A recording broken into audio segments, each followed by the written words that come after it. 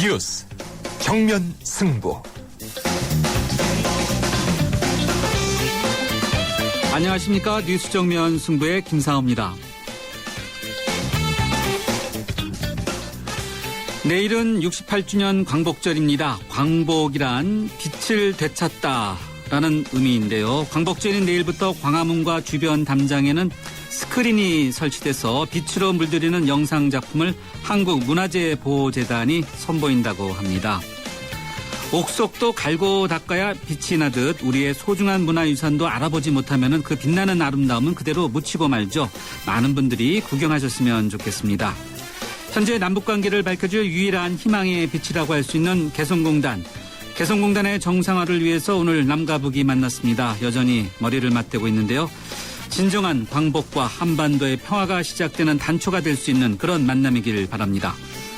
검찰이 전두환 전 대통령의 차명 의심 재산을 찾아내 추적에 나섰고 처음으로 관련자를 긴급 체포했습니다. 빛은 어둠을 밝히고 어둠은 그 빛을 이긴 적이 없죠. 기나긴 어둠에 가렸던 진실의 빛을 찾아내길 검찰은 꼭 하셔야 됩니다. 네, 뉴스 정면 승부에서는 매일 우리 사회 현 주소를 대변하는 한 글자를 드리고 있는데요. 오늘 한 글자로 바라본 세상은 빛입니다. 빛에 대한 여러분들의 다양한 생각, 짧은 문자는 50원, 긴 문자는 100원의 유료 문자인데요. 휴대전화 우물정 0945번으로 보내주시면 방송에서 함께하겠습니다. 8월 14일 수요일 뉴스 정면 승부 문을 열죠.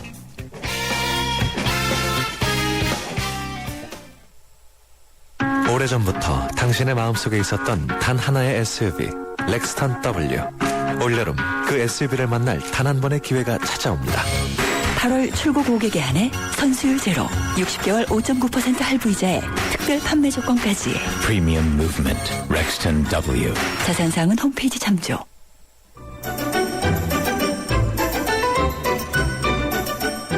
친절한 숙현 씨의 까칠한 뉴스. 네, 뉴스 정면 승부 1라운드 친절한 숙현 씨의 까칠한 뉴스로 시작하겠습니다. 친절한 숙현 씨 나오셨습니다. 안녕하세요. 네, 안녕하세요. 계속해서 더워요. 언제까지 이렇게 더울지 추석까지 이어진다는 말도 있는데. 네, 여기까지 오는 게 너무 힘듭니다. 네. 그렇죠. 예. 자, 힘든 뉴스 중에 하나죠. 국가정보원 댓글 사건 규명을 위한 국정조사 특위 바로 이것인데 이 핵심 증인이라고 지금 지목되고 있는 원세훈 전 국정원장 그리고 김용판 전 서울경찰청장 이 두 분 결국 출석 못했죠? 안 했죠? 그런 거 안 한 거죠? 안 한 겁니다. 네. 네. 그래서 결국 여야가 동행 명령장 이렇게 특위가 내린 건가요? 예, 발부됐는데요. 네. 뭐 다들 예상하셨겠지만 오늘 그 개봉 박두 청문회가 열리지 않았습니다. 말씀하신 것처럼 원세훈 전 원장 그리고 김용판 전 서울경찰청장이 오늘 출석하지 않았고요. 여야는 동행 명령장을 발부하고 또 16일에 청문회를 다시 개최하기로 합의를 했습니다. 앞서서 원세훈 전 원장은 몸이 아파서 불참한다고 밝혔고요. 김용판 경찰청장은 본인의 재판 기일과 겹쳐서 21일 날 나온다고 밝힌 상태입니다. 네, 소문난 잔치집에 먹을 거 없다고. 네, 딱 그런 상황입니다. 네. 뭐 한다고 아주 요라는 한창 떠들었는데. 그렇죠. 네, 첫날부터 뭐 없어요. 네. 네. 그러면서도 또 공방은 치열했다고요.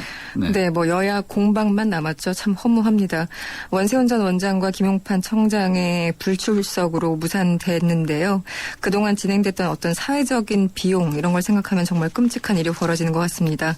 여야는 서로에게 책임을 떠넘기면서 또 공방을 이어갔습니다. 당초 민주당은 두 증인에 대한 즉각적인 동행 명령장을 발부하고 또 16일 별도의 청문회를 개최하자 이렇게 주장을 했었는데 반면에 새누리당은 두 사람이 20일을 출석할 뜻을 보이고 있기 때문에 이건 안 된다 이렇게 거부를 했었죠.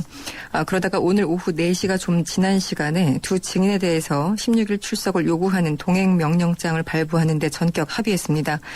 지난 7일 발표된 여야 원내대표 합의문에 따르면요. 채택된 증인이 출석을 거부할 경우에 국회법과 국회에서의 증언 감정에 관한 법률의 절차에 따라서 즉시 동행 명령과 고발 등의 조치를 취한다 이렇게 되어 있습니다. 두 명의 증인들이 오는 20일에 나올 가능성이 있습니까? 일단 두 분 다 뭐 나온다고는 했는데요. 원세훈 전 원장의 경우는 좀 미지수입니다. 박범계 민주당 의원의 말을 제가 대신 전하면요. 14일에 아픈 몸이 21일에는 나아지는 거냐면서 시간 끌기를 하고 있다. 이렇게 비판을 이어가고 있습니다. 일단 21일이 실질적으로는 국정조사 청문회 마지막 날인데요. 새누리당은 이들이 나오지 않아도 방법이 없다. 이렇게 주장을 하고 있고요. 민주당은 최악의 경우에 전면적인 장외투쟁의 계기로 삼는 이런 방안도 염두에 두고 있는 것으로 보입니다. 사실 공방이라는 것이 치고 또 막는 거 아니겠습니까? 네.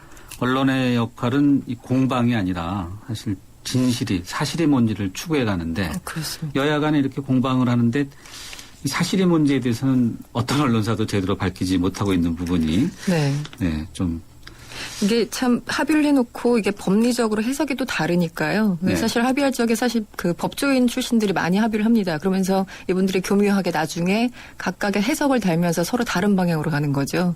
그래서 이럴 때 그 법조인 출신 의원들이 왜 합의문에 그렇게 참여를 하는지 요즘 보면 아주 절실하게 느껴집니다. 네. 네. 그래서 또 법조인 출신 국회의원이 많은가 봐요. 그렇기도 합니다. 네. 민주당 의원 보수단체 회원들에게 폭행을 당했다 이런 소식이 있는데 어떤 내용인가요? 예, 고 전태일 열사의 동생 전순옥 민주당 의원이 보수단체인 대한민국 어버이연합 남성회원 3명에게 폭행을 당해서 파문이 일고 있습니다. 서울 남대문 경찰서는 오늘 어버이연합 회원 3명을 전순옥 의원을 폭행한 혐의로 오늘 불구속 입건했습니다. 전 의원이 어제 서울시청 앞에 있는 민주당 천막당사 근처에서 시민들에게 홍보물을 나눠주고 있었는데요. 술에 취한 어버이연합 소속 3명에게 폭행을 당해 떠밀려 넘어지면서 뇌진탕 증상을 보였다고 합니다. 민주당 초선 의원 55명은 이날 성명을 내고 보수단체 회원이 현직 여성 국회의원에게 폭행을 가한 것은 도저히 묵고할 수 없는 일이라고 강력히 반발했습니다. 배재정 민주당 대변인은 지난 2009년 당시 전희옥 당시 한나라당 의원을 폭행한 할머니에 대한 구속 사건을 거론하면서 이렇게 밝혔습니다. 그동안 어버이연합을 비롯한 보수 단체들은 정부의 비판적인 행사가 열리기만 하면 언제 어디서나 회방과 폭언 등을 일삼아 왔는데 이들이 공권력에 의해서 제지당하거나 처벌을 받았다는 얘기는 듣지 못했다. 이렇게 일갈하면서 엄중한 수사를 촉구했습니다. 그렇습니다. 네. 의견은 다를 수 있죠. 그렇습니다. 의견은 다를 수 있지만은 네. 폭행이라는 부분은 자기 의견만 옳다는 것을 더 강요하는 것이니까 네. 있어서는 안 될 것 같네요. 네. 네. 이번에는 남북 문제 좀 짚어보죠. 남북이 머리를 맞대고 있는데 여전히 결과는 아직 안 나왔어요. 어떻게 될 것 같아요? 오늘 남북 관계가 다시 열리느냐 아니면 완전히 닫히느냐 참 분수령입니다. 북측의 제안으로 오늘 오전 7차 실무회담이 열렸습니다. 남북 양측은 유사 사태의 재발 방지책을 중심으로 사태 해결 방안에 대해서 입장 조율을 벌이고 있는데요. 아직까지 결과는 안 나온 것 같습니다. 지난 7일이었습니다. 북한 조평통 대변인 특별 담화에서 그때 밝힌 내용을 중심으로 북측은 오늘 자신의 입장을 설명한 것으로 알려졌습니다. 당시 북한은 개성공단 가동 중단의 빌미로 삼은 우리 측의 정치적, 군사적 행위에 대한 언급은 삭제했었고요. 다만 재발 방지의 주체로 남과 북을 이 양측을 모두 지목한 바가 있었습니다. 반면에 우리 측은요. 이번 사태의 원인 제공자는 전적으로 북한이기 때문에 재발 방지의 주체도 북한이 돼야 된다. 이런 입장을 견지하고 있습니다. 오늘 남북 간에 어떻게 문제가 조율될지 참 기대가 됩니다. 네, 이 문제에 대해서는요. 정면 승부 2라운드에서 한원상 전 통일부 부총리, 전 대한족십사사 총재를 연결해서 한 번 더 문제 또 앞으로 이 남북 관계가 어떻게 가는 것이 바람직한지 이야기를 더 들어보도록 하죠. 이번에는 위안부 피해 할머니들 이야기 좀 들어보죠. 너무나 안타깝고 또 일본이 괘씸하기 짝이 없는데 네, 이 소송 문제도 계속해서 진행되고 있지만 결과는 얻은 것이 없는데 정부가 뒤늦게 이 소송에 대해서 소송 비용이라도 일부 지원하겠다 이런 입장을 밝혔나 봐요. 예, 그렇습니다. 지난해 통과돼서 올해 6월부터 시행에 들어간 개정안 법률이 있습니다. 일본군 위안부 피해자에 대한 생활 안정 지원 등에 관한 법률인데요. 이 개정안에 따르면 국가가 일본군 위안부 피해자에게 명예훼손이나 손해배상 등에 관해서 법률 상담 그리고 소송 대리 등을 지원할 수 있고 또 법률 상담 등에 드는 비용도 부담할 수 있도록 그렇게 규정이 돼 있습니다. 문제는 아직 정부가 확보한 예산이 없다는 건데요. 국회 여성가족위원회 소속인 이자스민 의원은 최근에 여성가족부에 지원을 요청해서 지원 약속을 받았다고 밝혔습니다. 참 긍정적인 결과인데요. 앞서서 경기도 광주에 있는 그 나눔의 집 할머니 10명을 비롯한 위안부 피해자 12명은 지난 13일 서울중앙지법에 민사조정 신청을 낸 바가 있습니다. 네. 다음은 가습기 살균제 피해자 문제 좀 짚어보죠. 이분들도 참 억울하기 짝이 없는데 의료비를 정부가 지원하기로 했나 보죠? 예, 환경부는 기재부와 보건복지부 등이 참여한 경제관계장관회의를 열었습니다. 그동안 소송 장기화 등으로 치료비 부담을 겪은 가습기 살균제 피해자의 의료비를 정부에서 일단 지원하기로 했다고 밝혔습니다. 의료비를 정부에서 먼저 지원을 하고요. 나중에 피해 발생의 원인이 밝혀지게 되면 원인을 제공한 기업에 구상권을 행사한다는 계획입니다. 환경부는요. 환경보건법에 근거해서 정부에서 피해자에 대해서 행정적, 재정적 지원을 하는 것이라면서 피해자가 쓴 의료비 지출 금액을 정부에서 3년 정도에 걸쳐서 나눠서 지급하겠다 이렇게 밝혔습니다. 가습기 살균제 이 문제가 본격적으로 불거진 게 벌써 2011년입니다. 이후에 피해자들이 제기한 소송이 장기화되면서 법적 구제가 늦어졌고요. 가족을 잃은 피해자들은 상당한 그 경제적 정신적 고통에 시달려 왔었습니다. 네, 알겠습니다.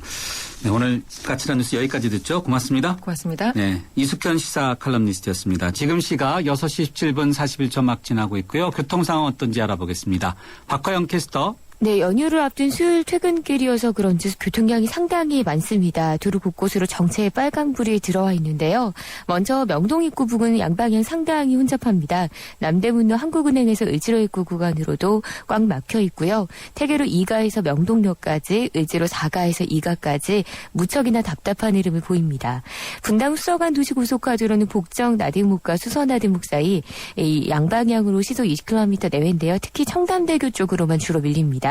또 인접국도인 3번 국도도 성남에서 광주 쪽으로는 가련 교차로에서 갈마터널 밀립니다. 뉴스 정면승부 교통정보였습니다. 대한민국의 하루, 여러분의 하루를 정리해드립니다. YTN 뉴스 FM 뉴스 정면승부. 네, 이번에는 정면 인터뷰 함께 하시겠습니다. 내일은 8.15 광복절, 일본에게는 패전일이기도 하죠.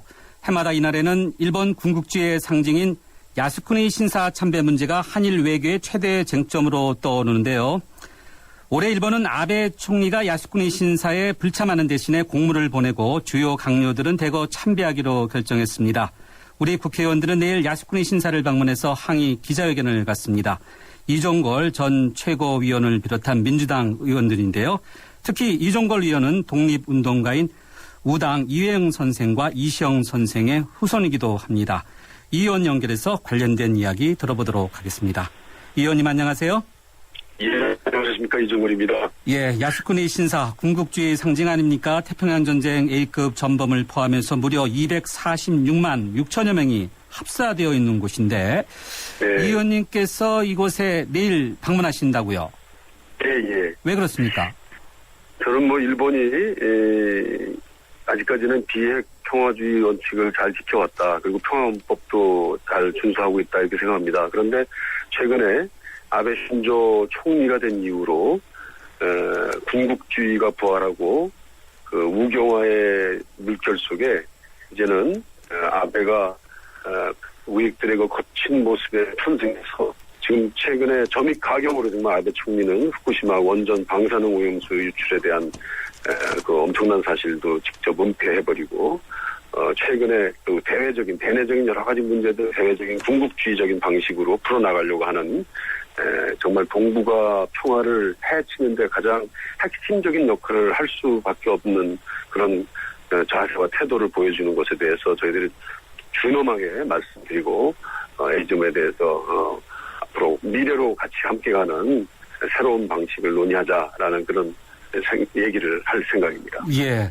자, 그러나 야스쿠니 신사에는 일본의 우익들이 총집결하는 그런 곳이고 또 내일은 특히 그런 날인데 일본 경찰이 혹시 또 의원님을 비롯해서 충돌이 있지 않을까 걱정하고 또 그런 것들도 있는데 어떻습니까? 그렇지 않아도 지금 외교부 차관을 통해서 일본 경시청에서 저희들의 그 안전을 보장할 수 없다라는 뭐 경고성 얘기를 보내왔습니다. 오늘 아침에. 저희들은 아주 이성적이고 또 비교적 그 뜻을 논리적으로 잘 표현한 일본 전 국민의 일본인들을 저희는 신뢰하고 존중합니다. 아베 총리나 이런 몇몇 정치인들이 그 군국주의적인 상황에 편승해서 정치를 편하게 해보려고 하는 그런 태도에 대해서 저희들은 분명히 준엄하게 꾸짖고 문제 제기하는 것이지 일반 국민들에 대해서는 저는 그런 생각이 없습니다. 뭐 그런 생각을 하고 있는 국민들도 지금 현재는 뭐 고성능 확성기 같은 걸 이렇게 틀어놓고 서로 뭐 이렇게 기싸움 뭐 서로 대결한다고 그러는데요. 일본은 비교적 그런 데에 대한 질서를 잘 지키고 있는 나라라고 저는 생각하고 있고 그래서 그런 점에 대해서 그렇게 걱정하지 않습니다. 네, 알겠습니다. 네. 충돌은 당연히 없어야 된다고 생각하고 의원님이 이야기하시는 것들도 일본 시민들에게 제대로 전달되는 것이 바람직하다고 생각은 하는데 예. 자, 우익의 최고의 지도자라고 볼 수 있겠죠. 아베 총리. 아베 총리가 야스쿠니 신사에는 참배하지 않고 대신 뭐 공물, 예물이라고 할 수 있겠죠. 이런 것을 드린다고 하는데 사실상 대리 참배나 마찬가지 아니겠습니까?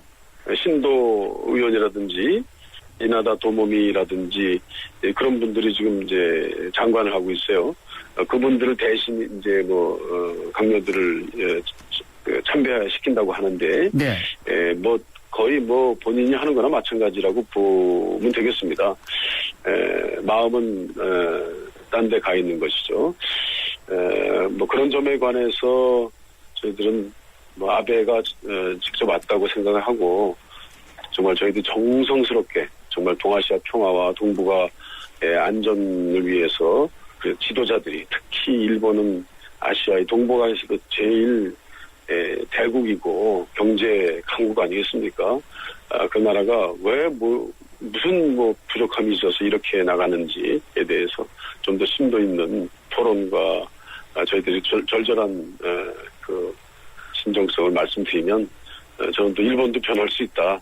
일본 국민들의 그 기본적인 심성들이 다시 잘 나와서 이런 그 잘못된 생각을 하고 있는 몇몇 정치인들을 꾸짖을 것이다. 저렇게 생각하고 있습니다. 예. 아베 정권은 일단 겉으로는요, 이제 평화를 이야기하지 않습니까? 동북아시아의 평화가 중요하다 이야기하는데 일본의 헌법, 평화헌법이라고 이렇게 불리고 있는데 정작 그 평화헌법은 수정하겠다는 방침을 확고히 하고 있지 않습니까? 네, 그렇습니다. 특히 자유대의 군사화 문제 이 부분이 상당히 또 주목받고 있는데요. 네. 저는 1998년에 국민의 정부가 들었으면서 김대중 대통령께서는 특히 일본에서 목숨도 정말 위험스러운 상태에 있었다가 살게 됐고 또 일본에 대한 그 애정이 많으신 분 같더라고요. 그때 98년에 그 오부찌 총리하고 새로운 한일 파트너십 공동선언이라는 선언을 했습니다. 그렇죠. 거기에 오부지 총리는 그때 자민당이었습니다. 그때도. 그리고 과거 식민지배에 대한 반성과 사죄를 정말 최초로 표명을 했습니다.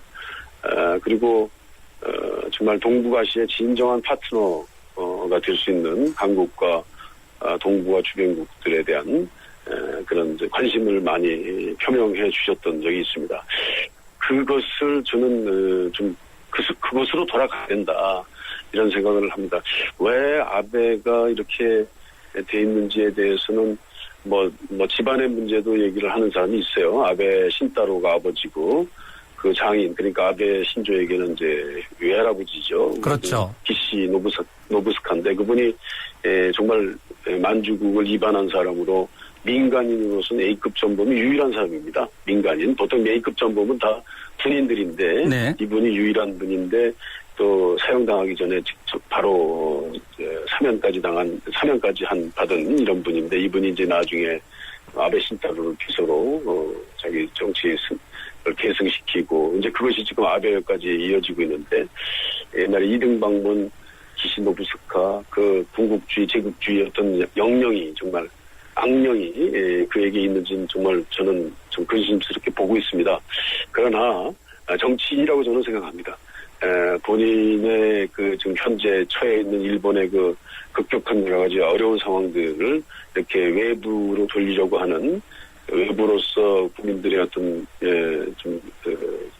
만족감을 좀 주면서 정치적 행위를 하려고 하는 그런 것은 아니겠는가 그런 생각하면서 지금 최근에 일어나고 있는 뭐 나치헌법이라든지 지금 말씀하신 것처럼 심각한 공국주의적 상황이라든지 헌법 개정안까지 저희가 필생을 걸고 하겠다라고 하는 그래서 평화헌법을 포기하겠다고 하는 이제 그런 것들은 결코 이것은 그냥 총리에 오른 일본의 총리에 오른 자가 그냥 개인적으로 할 일은 아니다. 네. 이것은 동북아 그리고 일본의 모든 국민들의 생각들을 잘 고루 살펴야 하는 거다라는 것들을 분명히 말씀드리고 또 자주 이런 얘기들을 함으로써 그런 인식이 깨우쳐지기를 기대하면서 좀 하겠습니다. 예.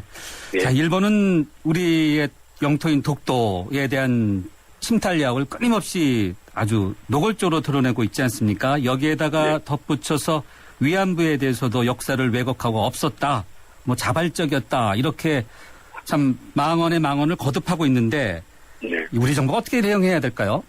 최근에 정말 구체적인 말씀도 나왔습니다. 정말 그 많은 성노예 우리 징병징용 일본이 일으킨 제국주의 전쟁에 우리가 대신 죽었고 대신 복무했고 이런 그 역사를 거꾸로 되새기려고 하는 그런 그 의도에 대해서는 저희들은 준엄하게 정말 꾸짖고 해야 된다고 생각합니다.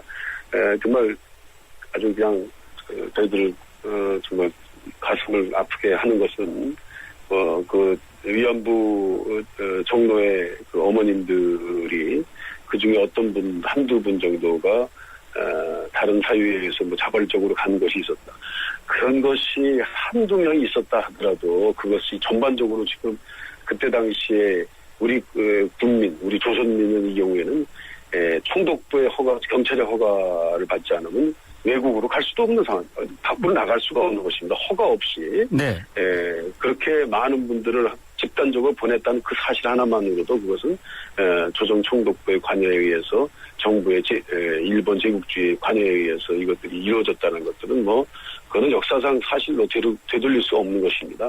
그런 것들을 이제 뭐 개별적인 한두 개의 어떤 이상한 사안 같은 거를 침소봉대에서 일반화하려고 하는 그런 아주 사특을 보이는 그런 그 의도에도 저희들은 정말 지나치다는 생각을 갖게 하고요. 예.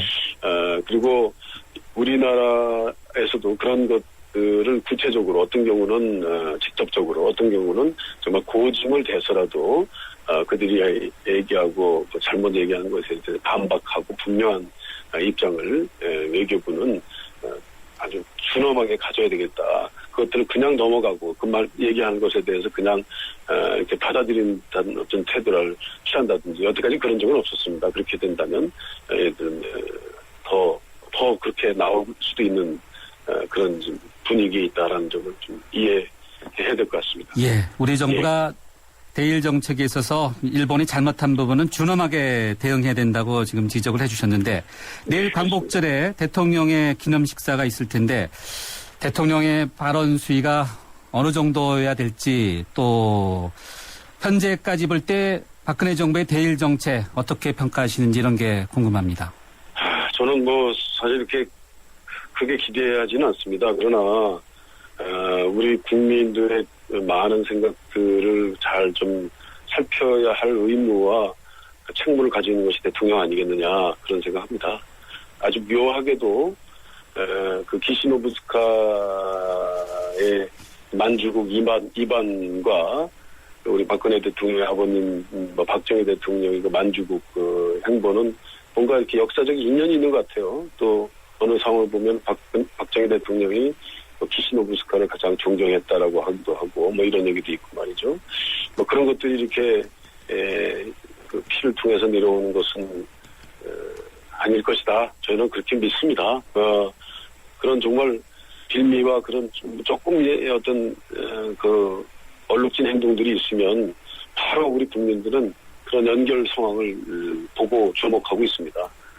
박근혜 대통령의 첫 번째 이제 광복절이라고 생각합니다. 네. 광복절에 지금 이 보이고 있는 그 아베의 그 어떤 특별한 그 군국주의 행보에 대해서 한국 대통령으로서 준엄한 자존심과 입장을 가지고 경고하고 단단한 정말 태도를 좀 보여주셔야 될 것 같습니다. 예, 알겠습니다.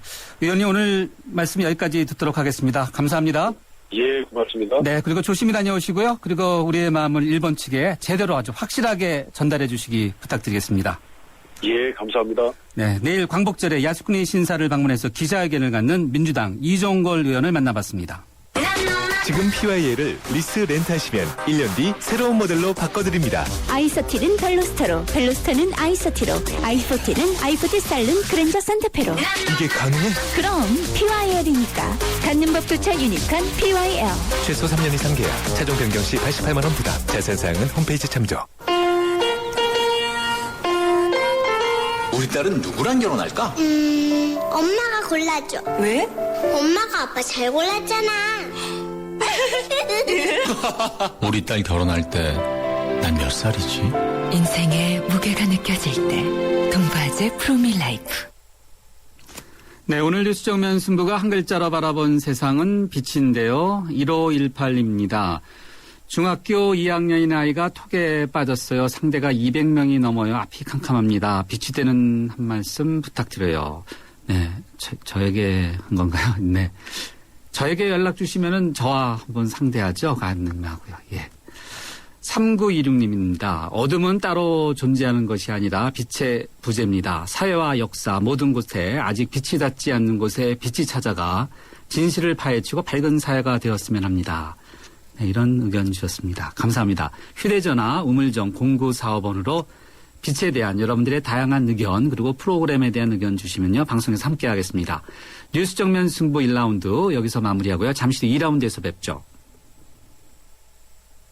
2013년 9월 수원시 행궁동에서 생태교통 수원 2013이 열립니다. 생태교통 수원 2013은 화석연료 고갈 시대를 가정해 주민들이 한 달 동안 자동차 없이 생활하는 세계 최초의 착한 프로젝트입니다. 미래가 머무는 30일, 미래로 걸어가는 수원시. 차보다 사람이 빠른 마을 행궁동 발걸음은 미래의 속도입니다. 사람이 먼저인 생태교통도시의 꿈, 미래보다 먼저 꿈꾸고 전 세계보다 먼저 도전합니다. 2013년 9월 수원 생태교통축제에 여러분을 초대합니다. 이 행사는 사람이 반갑습니다. 휴먼시티 수원시가 함께합니다. 2013 충주 세계조정선수권 대회가 8월 25일부터 9월 1일까지 한금호 국제조정경기장에서 성대하게 펼쳐집니다. 당겨라! 내 청춘! 생명과 태양의 땅 충북, 대한민국 중심고을 충주, 천혜의 자연경관을 배경으로 펼쳐지는 인류화합의 대제전. 지구촌 젊은이들의 도전과 열정, 그리고 화합. 5대양 6대주, 80개국 2,300여 명의 선수가 인간의 한계에 도전합니다. 자연과 하나 되는 지구촌 최대 물회축제 2013 충주 세계조정선수권 대회 여러분을 초대합니다. 살아있는 뉴스 깨어있는 방송 한국의 뉴스 채널 YTN 뉴스 FM. Everyone wonders how... 미국 역사상 가장 존경받는 퍼스트레이디 엘리너 루즈벨트. 그녀의 침대가 시몬스였다는 사실 아세요? 기품 있고 편안하게 퍼스트레이디와 함께한 시몬스. 당신의 인생과 함께합니다. 흔들리지 않는 편안함 시몬스. 없다. 옆에 아무런 버튼도. 등으로 왔다. 스마트폰 버튼이. 사람의 최신작 LG G2. 1층 없는 2층은 없고 철길 없는 기차 없으며 스승 없인 제자도 없습니다. 세상은 저마다의 베이스가 있습니다. 세상에 베이스가 되다. 포스코. SK 이노베이션의 전공은 묻는 겁니다. 석유 안 나면 석유 수출 못해? 자원 없으면 자원 강국 안 돼? 이 질문에서 53조 수출과 16개국 자원 개발이 시작됐죠. 물음이 있는 곳에 이노베이션이 있다. SK 이노베이션. 네, 뉴스 정면 승부 2라운드 두 번째 정면 인터뷰 함께 하시겠습니다. 이번에는 남북 문제 짚어보겠습니다. 내일로 광복 68주년을 맞았지만 한반도는 여전히 남과 북으로 나뉘어서 진정한 광복과 한반도 평화가 요원하기만 한데요. 오늘 개성에서는 개성공단의 정상화를 위해서 남과 북이 만났습니다. 아직 결과는 나오지 않았는데요. 개성공단의 운명을 결정짓는 사실상 마지막 단판이 될 것이다. 이런 전망이 많은데 전 통일부 부총리이자 전 대한적십자사 총재인 한완상 전 부총리 연결해서 현재 남북관계 진단해보고 진정한 광복을 위한 한반도 평화 방안에 대해서 이야기 들어보도록 하겠습니다. 한 부총님 안녕하세요. 안녕하세요. 예. 현재 남과 북이 7차 실무회담을 갖고 있는데 3차 수석회담을 했는데 아직 결과는 나오지 않고 여전히 머리를 맞대고 있다. 이런 결과가 현재 저희 YTN에 들어와 있는데 어떻게 보십니까? 이번 7차 실무회담 좋은 결과 나올까요? 나와야지요. 나와야지요. 나와야 되는데 이제 이게 그런 밀고 당기는 그 핵심 주제가 책임 문제하고 대책 문제거든요. 재발 방지 문제인데 우리가 여기서 주목해야 할 것은 지난 8월 7일 북의 그 조평통 특별 담화를 보면은 거기에 북한이 공단 폐쇄 책임을 인정하고 간접으로라도 그리고 재발 방지에 대한 의지를 거기에 표명 3가지로 한 게 있습니다. 이제 국민들이 알아야 되는데 하나 그 3가지가 뭐냐면 이렇게 이야기했거든요. 공단 중단 조치를 해제한다. 해제하고 남측 기업인들의 출입을 허용한다. 이것은 자기들이 이제 조치를 했다는 것, 출입을 허용하지 않았다는 걸 인정하고 재발 방지로 허용한다는 것이죠. 둘째로 북 노동자 정상 출근을 보장한다 그랬거든요. 그 노동자 정상 출근을 못하게 함으로써 이게 지금 위기가 온 거 아닙니까? 그렇죠. 그 3번째로 남측 인사의 신변 안전을 담보한다. 그리고 기업 재산 보호를 약속한다. 그러니까 뭐 담보, 약속, 보장, 허용 이런 이야기 쓴 거 보면은 책임 소재와 더불어 재발 방지 의지를 나는 분명히 표시했다고 보는데 더 중요한 것은 정세 영향받음 없이 이 공단 지구 정상 운영 보장한다 그렇게 말했거든요. 여기 정세는 이제 정치 군사적인 이제 정세 말하는 거거든요. 그러니까 이게 상당히 북한에서는 아주 그 강한 의지와 진정성을 가지고 나오는데 우리 정부가 자꾸 이게 오히려 이렇게 꼬투리를 잡는 것 같은 그런 인상을 안 줘야 이번에 성공할 겁니다. 북한은 어떤 의미에서 상당히 나는 뭐라 그럴까 우리의 강한 요구에 대해서 수용했다고 할까 뭐 그런 입장을 보인 것 같습니다. 이미 수용했다는 입장을 보인 것 같다고 평가하셨으면 지금 머리를 맞대고 있는 실무회담에서 더 논의할 게 있나요? 그래서 뭐 기술적으로 난 뭔지 아직 잘 모르겠는데 그러면 이게 실무진에서 어떤 합의가 이루어지면 서명을 누가 해야 하느냐 이 문제 가지고 또 다툴 수가 있습니다. 서명에 관한 거요? 확실히 모르겠지만 하여튼 실무 대표가 그 윗분의 의지를 그 반영해서 한다.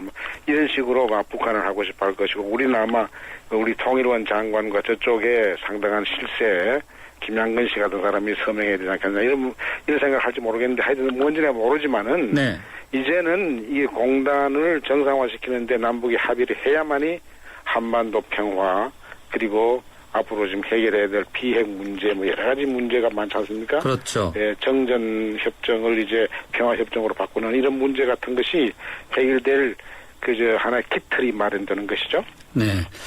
부총리께서는 반드시 좋은 결과를 내야만 하는 그런 당위성 언급해 주셨는데 북한이 어찌됐든지 간에 7차 실무회담에 현재 응하고 있고 또 앞서 설명해 주신 대로 조평통 성명을 통해서 뭔가 해보겠다는 의지 표현 이런 것들 응하는 것들이 지금 말씀해 주신 것처럼 뭔가 남북관계 개성공단 모든 걸 좀 더 정상적으로 가자라는 생각을 갖고 있다라고 봐도 됩니까? 절박하다.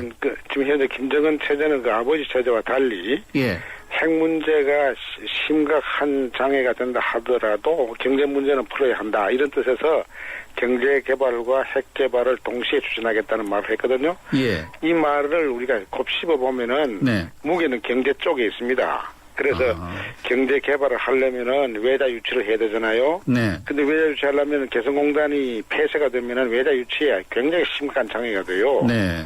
그리고 이 개성공단이 폐쇄가 되면 남북 관계는 악화될 뿐만 아니라 국제적 고립도 심화되거든요. 네. 그러면 바로 옆에 중국과의 관계도 껄끄러워지고 북미 관계는 정말 전망이 어두워지거든요. 네. 그리고 육자 회담도 이 개성공단 폐쇄되면 어려워집니다. 네. 그리고 또 개성공단이 이게 재개돼야만이 비로소 금강산 관광과 여타 남북 간의 경제 협력에 물꼬가 터지기 때문에 예.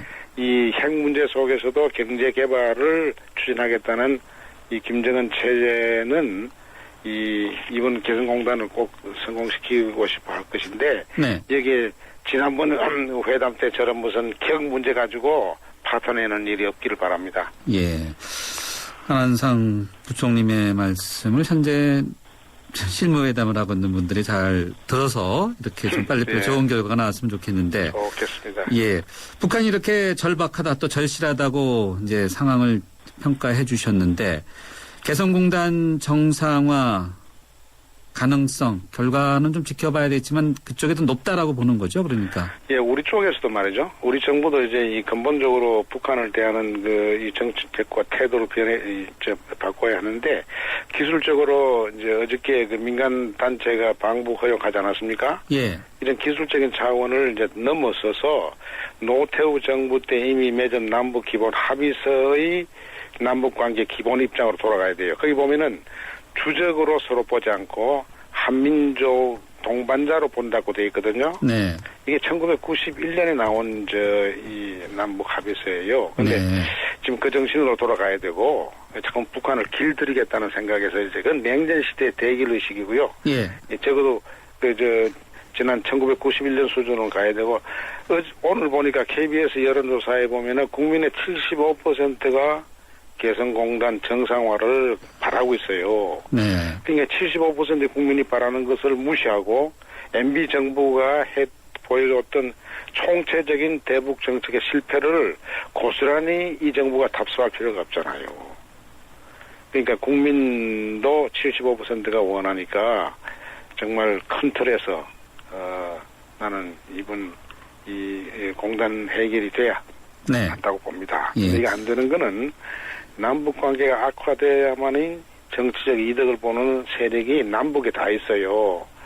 이 사람들 이야기를 너무 들으면 곤란하다고 생각합니다. 네. 앞서 여론조사 결과 국민의 75%가 개성공단의 정상화를 이제 희망하고 있다고 이제 언급해 주셨는데 금강산 관광도 같은 연장선상이라고 봐야 될까요?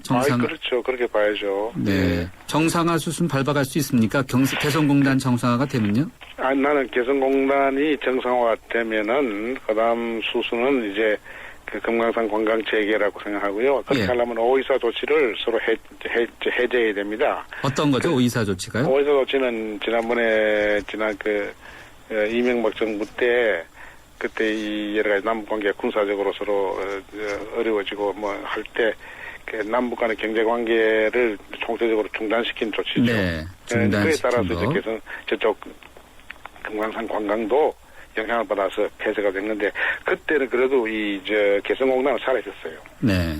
자, 개성공단, 금강산 이게 이제 가정과 시나리오를 놓고 참 좋은 얘기만 하는데 이상가정 문제 이렇게 다 추석 전에 맞물려서 갈 수 있을까요? 있기를 바라죠. 예, 그렇게 되면 이게 되면은 개성공단 풀리만 하면 이상가정 문제도 이 가을 추석 때 빠르면은 되겠는데 지금 시간이 추석이 원래는 9월에 빨리 오기 때문에 네, 중순쯤 있죠. 예, 실질적으로 쉽지는 않겠지만 그래도 노력하면 되죠. 네, 노력하면 가능하다. 네. 저 앞서 설명해 주신 대로 우리 정부의 변화 기류 있다고 말씀해 주셨는데요. 대북 지원 민간 단체들의 방북을 허용했는데 이런 것들이 상당히 긍정적으로 끌어내는 건가요? 아니, 그 이제 아까 말씀드린 대로 기술적으로 이거 잘한 것이죠. 그러나 이제 근본적으로 적어도 노태우 정부 때 합의한 남북 기본 합의서에서 예. 남북이 서로 냉전적 시각을 버리고 그러니까 이게 주적에서 상대방을 민족적 동반자로 보겠다는 게 나오지 않습니까, 거기에. 예. 적어도 그 수준으로는 올라가야 된다는 이야기죠. 네. 냉전 시대도 그 정도 우리가 했는데 지금 어떻게 못한다는 게 네. 이해가 안 되죠. 91년이면 지금부터 벌써 한 30년 전인데요. 아니, 그렇죠. 예. 그러니까 노태우 대통령 되니까요. 예, 20여 년 전이네요. 예. 그런데 지금 박근혜 정부의 대북 정책은 아주 원칙을 견지하는 거 아니겠습니까? 이것이 91년도에 남북 기본관계 합의서 주적을 벌인다는 것과 같은 맥락이라고 보세요? 아니면은 지금 같은 맥락이 아닌 것 같아요. 여기서 이제 원칙이라고 하는 것은 제 솔직한 생각은 북한의 버릇을 고치겠다고 하는 냉전적인 강경 자세를 어떤 점에서 냉전적 독선주의 같은 입장인데 이것을 원칙이라는 이름하에 포장이 된 것이죠. 그런데 북한이 이번에 사실 그 개성공동 보면 북한의 잘못이 있어요. 뭐가 잘못이냐면은 네. 그 자기들 근로자들 전부 다 철수시키고 우리 남쪽 기업인들 출입을 제한하고 그랬잖아요. 네. 그리고 정세에 따라 정세라는 게 이제 한미 군사 훈련이라든지 또 우리 보수 언론이 그쪽의 최고 지도자를 이렇게 좀 폄하한 거 있잖아요. 그런 거를 빌미로 삼아서 이 공단 폐쇄 조치하다시피 했는데 북한은 원래 정경 분리의 원칙으로 남북 경제를 추진하자고 주장해오던 사람들이 그런 정세와 연관시키고 중단시킨 것은 스스로 자기들이 모순을 범한 겁니다. 그러니까 그런 것을 이제 고치게 하는 것은 중요하죠. 그런데 그쪽의 잘못을 지적하는 건 좋은데 또 우리 쪽도 잘못은 없잖아 있단 말이에요. 우리 언론들이 조금 너무 경박해요. 장기적으로 멀리 한반도 평화를 위해서 조금 좀 자제해야 되는데 좀 성숙하지 못한 표현을 하니까 그렇게 나오는데 지금 박 정부가 원칙이라고 말한 것은 사실 냉전 시대의 원칙을 말합니다. 이것은 바람직한 거 아니에요. 네, 알겠습니다. 그것은 이전 MB 정권 때랑 비슷한 맥락이다 이렇게 그렇죠. 평가하시는 건가요? 맥락이죠. 네. 자, 내일 8.15 광복절이고 올해는 정전 60주년이기도 한데요. 진정한 광복 또 남과 북의 평화협정 문제 한반도 평화란 큰 그림 이런 거가 어떻게 이루어질 수 있습니까? 한반도 신뢰 프로세스 이런 거로 가능합니까? 네. 지금 올해가 정전 60주년을 맞고 있잖아요. 네. 그런데 우리에게 가장 시급하게 해결해야 하는 민족적 역사적 과제가 두 가지인데 하나는 한반도 비핵화고 다른 하나는 한반도 평화 체제 구축인데요. 이 두 가지 문제를 동시에 육자회담 틀 안에서 해결을 할 수가 있다고 봅니다. 육자회담이요? 네. 육자회담 틀 안에서. 예. 육자회담 틀 안에서 이를테면은 지금 정전 체제를 평화 체제로 바꾸려면은 그 전쟁 6.25 전쟁 때 참여했던 사자가 있잖아요. 남북한하고 미국하고 중국 이 사자 간의 진지한 대화가 육자회담 틀 안에서 이것은 가동이 되어야 할 것입니다. 그리고 비핵화 있잖아요. 한반도 비핵화, 북한의 비핵화를 포함한 한반도 비핵화를 위해서는 미국이 꼭 북한은 꼭 미국과 상대를 해서 풀려고 해요. 그러니까 육자회담 틀 안에서 북미 양자 간의 진지한 대화를 모색해야 합니다. 그러니까 육자회담 틀을 살려서 중국이 주도하는 이걸 살려서 그 안에서 사자회담, 육자회담을 통해서 우리 평화체제 구축하는 대화를 해야 되고 그리고 비핵화를 위해서는 북미 양자 회담 틀을 우리가 가동시킬 필요가 있죠. 전시작전권 전환 시기 연장이 계속 거론되고 있는데 이것은 지금 말씀하신 북모관계 문제라든지 육자회담 내에서의 사자회담의 집중적인 논의 이런 것에 상당한 영향을 주지 않을까요? 주죠. 사실은 이게 그 전시작전권을 갖고 있지 않은 나라가 어떻게 주권 국가가 됩니까? 주권 국가라고 하는 것은 자기 국민과 영토를 지킬 수 있는 그 군사력을 갖고 있어야 되는 거 아니에요. 그런데 어떻게 해서 우리나라의 그 일부 지도자는 미국에게 자꾸 그걸 맡기려고 그래요. 미국하고 우리하고 이미 서로 역할 분담하기도 하고 우리가 맡기로 했는데 자꾸 이게 연결하는데 이거 부끄러운 일이고요. 그리고 이 평화 체제가 들었으면은 이 전식 작전이나 평시나 하여튼 이 작전권을 우리가 갖는 문제는 자동으로 해결이 됩니다. 네. 그러니까 뭐 걱정할 거 없는데 걱정이 되는 것은 대개 전작권을 미국에다가 계속 맡기고 싶은 사람들은 평화체제에 관심이 없는 분들이죠. 그러면요. 예. 네, 끝으로 남북관계 개선 또는 한반도의 평화, 통일을 위해서 우리 정부가 이것만큼 꼭 해야 된다. 아주 좀 간략하게 예. 한 번만 말씀해 주시죠. 바로 눈앞에 닥친 이 7자 실무회담을 반드시 성공시켜서 개성공단 정상화를 이룩 해야 되고 정상화가 되면은 그전보다 폭넓게 우리 기업들이 공단에 참여할 수 있도록 정부가 도와줘야 되고 외국 기업도 유치해야 합니다. 그래서 개성공단 때문에 한반도의 평화와 안정이 보장이 되는 이것이 린치핀이 돼야 돼요. 이게 이제 하나 중요한 거고 다음에 바로 이어서 금강산 관광과 그래서 강원도 경제를 다시 되살려놓는 일이 필요하고요. 예. 제가 한마디만 더 이야기하고 한다면은, 예? 네, 짧게 해주시죠. 예, 네. 짧게 얘기한다면은 남북 간의 연락사무소를 서울과 평양에 설치하는 일까지 하면 좋고요. 우리 정부는 정말 아는 게 아니라 이번 기회에 이 남북 관계 개선과 북미 관계 개선을 동시에 미국 정부와 협력해서 추진하는 과감한 외교력을 보여야 합니다. 예, 알겠습니다. 오늘 말씀 여기까지 듣겠습니다. 감사합니다. 감사합니다. 네, 전 통일부 부총리이자 전 대한적 14사 총재인 한한상 전 부총리였습니다. 현대증권이기에 가능한 혜택. 스마트 이블로 한 달에 한 번 스마트폰 주식 거래를 한다. 통신비를 받는다. 금융상품 거래를 한다. 평가 금액에 따라 통신비 혜택을 더 받는다. 2013년엔 쭉 모두 모아 통신비 이벤트. 자세한 내용은 홈페이지에 에이버 현대증권. 투자 손실에 유의하세요. 소녀시대 유나예요. 신혼침대 고를 때 앉아보고 누워봐도 진짜 모르겠죠. 꽉 이게 물어봐. 붙자매자야 신혼이 길어지지. 침대는 가구가 아냐. 침대과학 에이스 침대. 해버 굿잠. 튼튼한 타이어 들어간 금호 타이어 금호 튼튼한 타이어 들어간 금호 타이어 금호 언제나 오래오래 들어간 금호 타이어. 튼튼한 트럭 타이어 금호 타이어. 매장에서 신제품 RA50을 찾으세요. 8월 뜨거운 여름 쉐보레 쿨한 혜택. 쉐보레 차량 구매 시 쿨하게 최대 150만 원 할인 혜택.